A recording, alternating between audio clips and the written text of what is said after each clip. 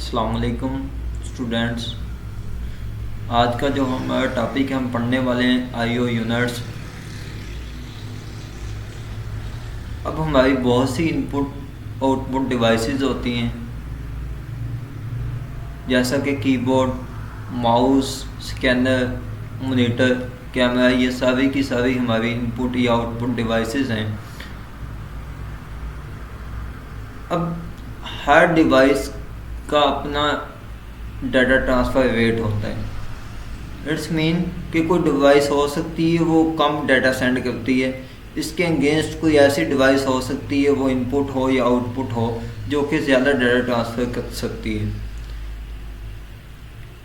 इसके अलावा हर डिवाइस का अपना डाटा फॉर्मेट होता है। जैसा कि माउस है, माउस ने क्लिक का फंक्शन परफॉर्म करना है, तो इसका डाटा ट्रांसफ़र करने का फॉर्मेट कुछ अलग है।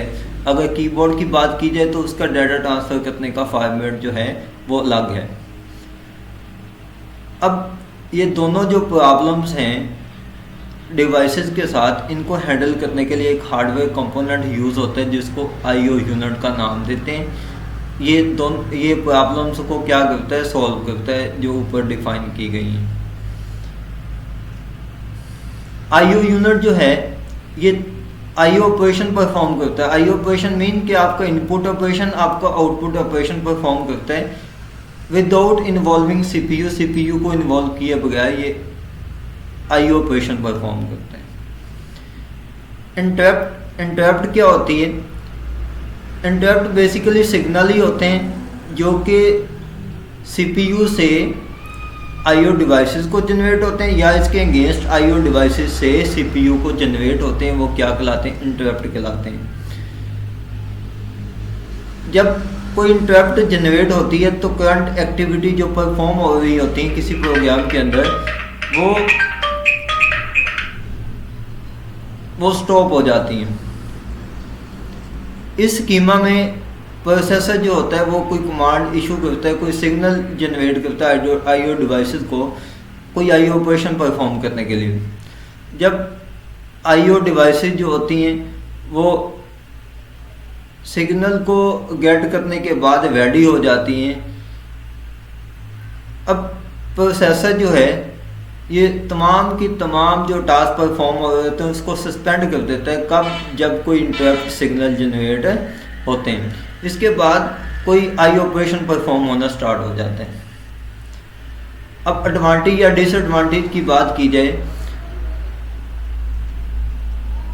जो कि इंटरप्ट के हैं, इस स्कीमा में एडिशनल हार्डवेयर की ज़रूरत नहीं पड़ती जो कि इसको इम्प्लीमेंट करना जो है आसान है। इसके अगेंस्ट इसका डिसएडवांटेज भी है कि सीपीयू की जो परफॉर्मेंस है, कंप्यूटर की जो स्पीड है वो कम हो जाती है, क्यों कि सीपीयू को इसमें इन्वॉल्व होना पड़ता है किसी आई ऑपरेशन परफॉर्म करने के लिए। इसके बाद देखते हैं DMA. DMA stand for direct memory access. DMA schema जो है स्पेशल हार्डवेयर कंपोनेंट यूज़ करता है जिससे क्या होते हैं, बगैर सीपीयू को इन्वॉल्व हुए आपके मेमोरी से कंपोनेंट कनेक्ट होते हैं। डायरेक्ट मेमोरी एक्सेस एक फीचर है जो कि कंप्यूटराइज्ड सिस्टम का है, जो कि अलाउ करता है किसी हार्डवेयर कंपोनेंट को वो मेन मेमोरी को क्या कर सके, एक्सेस कर सके खुद इंडिपेंडेंटली विदाउट इन्वॉल्विंग सीपीयू। अब इसके बाद एक फिगर को देखते हैं कि ये इसका पूरा जो फिनोमिना है वो क्या है। सबसे पहले सीपीयू जो है आई ऑपरेशन परफॉर्म करने के लिए आई ऑपरेशन परफॉर्म करता है। उसके बाद जो डीएमए है डायरेक्ट मेमोरी एक्सेस, वो एक इंटरप्ट जनरेट करता है सीपीयू को। फिर डीएमए जो है ये रिक्वेस्ट भेजता है आईओ रिक्वेस्ट भेजता है कि आईओ के इनपुट का ऑपरेशन परफॉर्म करना, आया के आउटपुट का ऑपरेशन परफॉर्म करना है।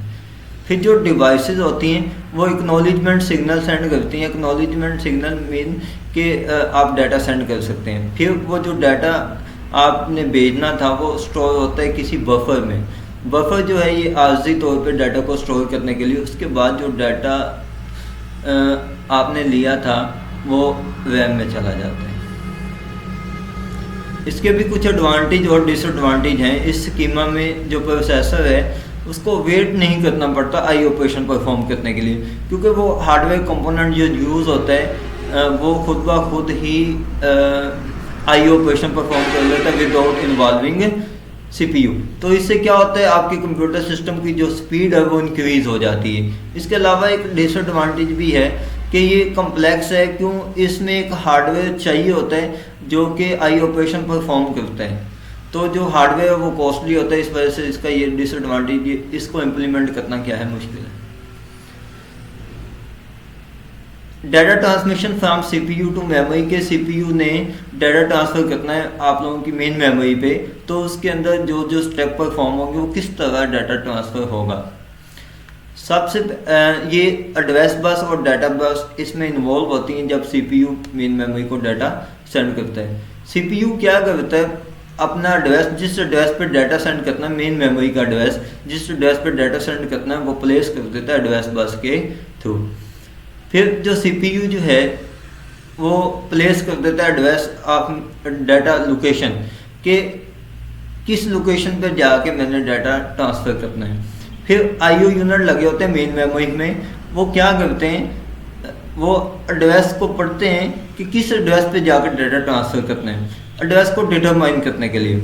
जब एड्रेस डिटरमाइन हो जाता है फिर मेन मेमोरी जो है राइट कर देती है डाटा एड्रेस डाटा बस के ऊपर डाटा राइट कर देती है, और वो जो डाटा बस है वो डाटा को स्टोर कर देता है उस लोकेशन पे जाके जो कि एड्रेस बस के थ्रू लोकेशन आया था, यानी कि मेमोरी एड्रेस आया था।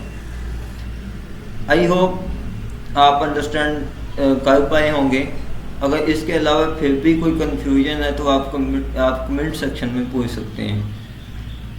Thanks for watching.